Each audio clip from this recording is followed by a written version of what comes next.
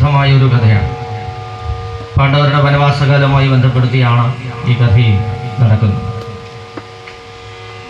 വനവാസകാലത്ത് പരാശരമുനിയുടെ അപേക്ഷപ്രകാരമാണ് പാർത്ഥൻ പാശുപതമെന്ന ദിവ്യാസ്ത്രം ഭഗവാൻ പരമശിവനിൽ നിന്ന് സ്വീകരിക്കുന്നതിനായി തപസ്സനുഷ്ഠിക്കുവാൻ പോകും. കൈലാസപർവ്വതത്തിൻ്റെ സമീപത്തിൽ നിന്ന് പാർത്ഥൻ തപസ്സനുഷ്ഠിക്കുമ്പോൾ സ്വർലോകം പിടിച്ചെടുക്കുന്നതിന് വേണ്ടിയാണ് തൻ്റെ പുത്രനായ പാർത്ഥൻ ഈ തപസ്സു ചെയ്യുന്നതെന്ന് തെറ്റിദ്ധരിച്ച് സുരലോക നർത്തകിമാരെ പാർത്ഥൻ്റെ തപസ്സ് മുടക്കുവാൻ നിയോഗിക്കും.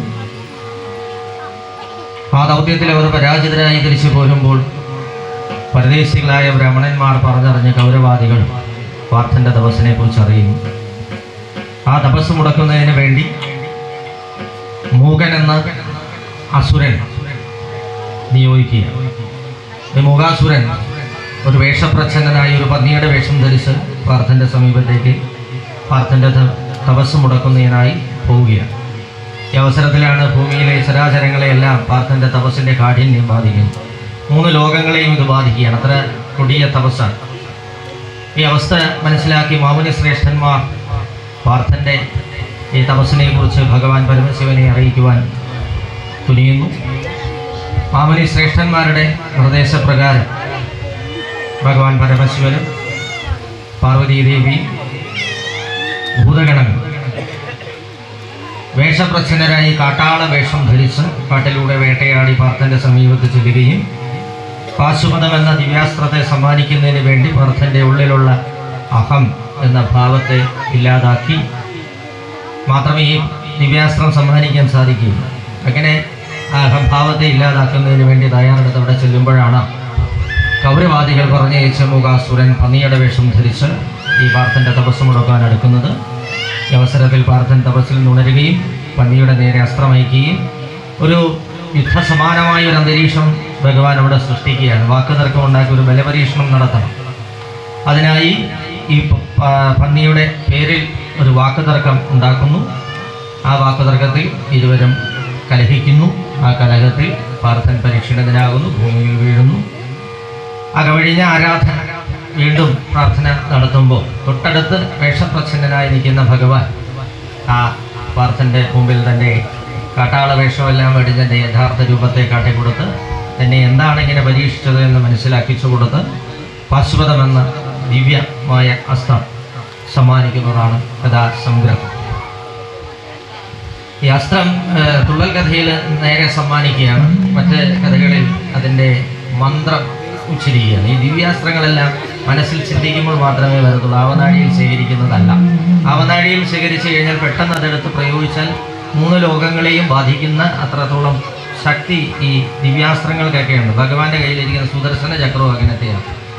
അതും 3 ലോകങ്ങളെയും ബാധിക്കും. അങ്ങനെയൊന്നും പ്രയോഗിക്കാൻ പറ്റുന്ന അസ്ത്രങ്ങളല്ല. അപ്പോൾ ആ ഉപദേശമാണ് മറ്റുള്ള പുരാണ കഥകളിൽ ഈ പാശുപതാസ്ത്രം സമ്മാനിക്കുമ്പോൾ കൊടുക്കുന്നത്. പക്ഷേ ദിവ്യാരസം തികച്ചും വ്യത്യസ്തമായിട്ടാണ് ഈ കഥയെ ജനങ്ങളുടെ മുമ്പിലേക്ക് എത്തിച്ചിരിക്കുന്നത്. പാശുപതാസ്ത്രം നേരിട്ട് ഭഗവാൻ പാർത്ഥന് കൊടുക്കുക എന്നുള്ളതാണ്. ഇതാണ് കലാരൂപത്തിലെ വ്യത്യാസവും ജനകീയ കലയുടെ രീതിയും തമ്മിലുള്ള വ്യത്യാസവും കൂടി പറയുന്നത്. ഭക്തിയും ലാസ്യവും ഹാസ്യവും കൂടെ ഇടകഴിയ ഒരു കഥാ സംഗ്രഹമാണ് കിരാതം കഥ. പതിവ് പോലെ പാടുന്നത് ശ്രീ അമ്പലപ്പുഴ രതീഷ് കുമാർ ആചാര്യൻ, സുപരിചിതനാണ്, പ്രത്യേകം പറഞ്ഞു തരേണ്ട ആവശ്യമില്ല. മൃദംഗം നിങ്ങൾക്ക് പുതുമയാണ്. അദ്ദേഹം കലാമണ്ഡലം അമൽജിത്ത് കലാമണ്ഡലത്തിലെ MA വിദ്യാർത്ഥി കൂടിയാണ്. അദ്ദേഹത്തിൻ്റെ സ്വദേശം നമ്മുടെ അടുത്ത പ്രദേശമാണ്, തോട്ടപ്പള്ളി എന്ന് പറയുന്ന സ്ഥലത്താണ്. ഇന്ന് അദ്ദേഹം ഒരു ധീരപ്രവൃത്തി ചെയ്തിരിക്കുന്നത്. എൻ്റെ വിനോദിൻ്റെ ആബ്സെൻസിലാണ് അമൽജിത്തിൻ്റെ വരവ്. അപ്പോൾ തൃശ്ശൂർ പൂരമൊക്കെ കടന്ന് ഇങ്ങോട്ട് വന്നപ്പോൾ അദ്ദേഹത്തിന് തോന്നി ഒരു ബൈക്ക് യാത്ര ചെയ്തേക്കാമെന്ന് പറഞ്ഞു വെളുപ്പിനെ ബൈക്കിൽ ചാടി കലാമണ്ഡലത്തിൽ നിന്ന് ഇവിടെ വരെ റൈഡ് ചെയ്തിരിക്കുകയാണ്. അത്ര ധീരകൃതിയൊക്കെ ചെയ്യുന്ന അത് ഈ കലാകാരന്മാർക്ക് ഉണ്ടാകുന്ന ചില വീക്ക്നെസ്സാണ്. എത്തിപ്പെടേണ്ട സ്ഥലത്ത് എത്തിച്ചേരേണ്ട സമയത്ത് എത്തിച്ചേരുക, അങ്ങനെയൊക്കെ ടെൻഷൻ അടിപ്പിക്കാതിരിക്കാൻ വേണ്ടി. പക്ഷെ പറഞ്ഞു കഴിഞ്ഞപ്പോഴാണ് വിളിക്കേണ്ടിയിരുന്നില്ല, ഇങ്ങനെ ഒരു കടുങ്കൈ ചെയ്ത് പറഞ്ഞല്ലോ ആലോചിച്ചത്. അതുകൊണ്ട് സൂക്ഷിച്ചിട്ടേ ഇനി വിളിക്കത്തുള്ളൂ. എങ്ങനെയാണ് വരുന്നതെന്ന് ആദ്യം ചോദിക്കും. എവിടെ നിന്നാണ് വരുന്നത്? അതെൻ്റെ തെറ്റാണ്. അദ്ദേഹം ഇവിടെ നിന്നാണ് വരുന്നതെന്ന് എഴുതിയാണ്. ഇനി ഇവിടേക്ക് വരുമ്പോൾ ബൈക്ക് ഉപേക്ഷിക്കുക, കാർ എടുക്കുക. അപ്പോൾ ഇവരുടെയും സന്തോഷത്തോടെയും സ്നേഹത്തോടെയും പ്രാർത്ഥനയോടെയും കൂടി കിരാതം എന്ന കഥ ഇവിടെ അവതരിപ്പിക്കുകയാണ്. ഏവർക്കും സ്വാഗതം. ഉല്ലാസത്തോടെ നിങ്ങൾ എല്ലാം അവിടെ ചെന്നോ, ഉല്ലാസത്തോടെ നിങ്ങൾ എല്ലാം അവിടെ ചെന്ന് എല്ലാ ജീവിതത്തോടെ സല്ലാപം എഴുതിക്കൊണ്ട് ഉല്ലാസത്തോടെ നിങ്ങൾ എല്ലാം അവിടെ ചെന്ന് പിന്നാതിരോട് സല്ലാപം പേശിക്കൊണ്ട് കല്ലോലം പോലെയുള്ള നല്ലൊരു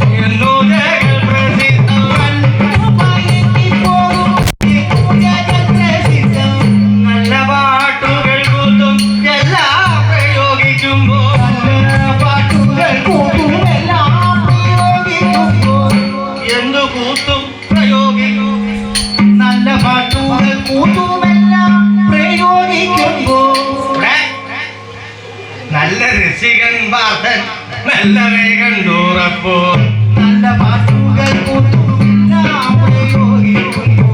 നല്ല രസികൻ പാർത്തൻ നല്ല വേഗം ദൂറപ്പോ ചൊല്ലാൻ നേരം എല്ലാം വന്നു ചൊല്ലാൻ നേരം എല്ലാം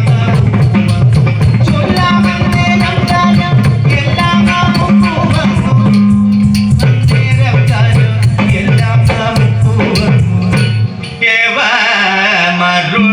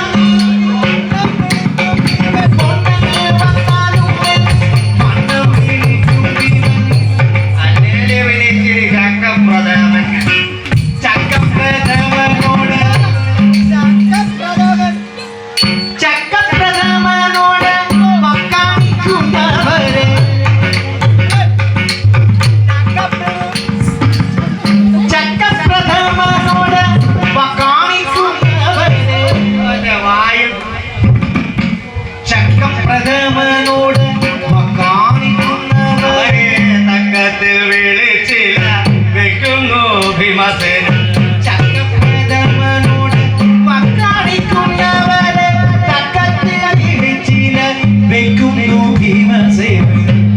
ഇവനോടൊക്കെ പറവാൻ ഒക്കെ പരവതിന് വാക്കിനു ഭംഗി പോലും ഒട്ടും നേരവുമില്ല. ഒട്ടും നേരവുമില്ല.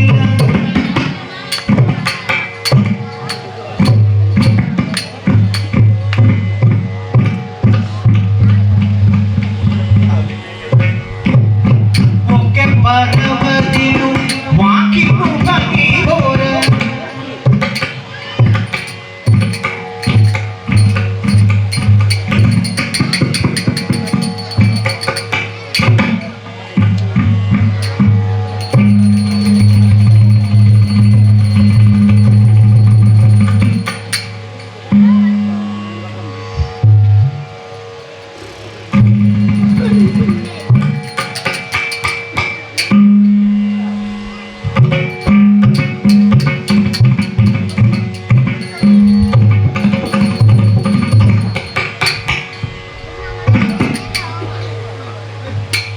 ഒക്കെ പറവതിന് ഒക്കെ പരവതിനു വാക്കിനു ഭംഗി പോലും ഒക്കെ പരവതിനു വാക്കിനു ഭംഗി പോലും വാക്കിനും ഇരയ്ക്കും ഊക്കുക.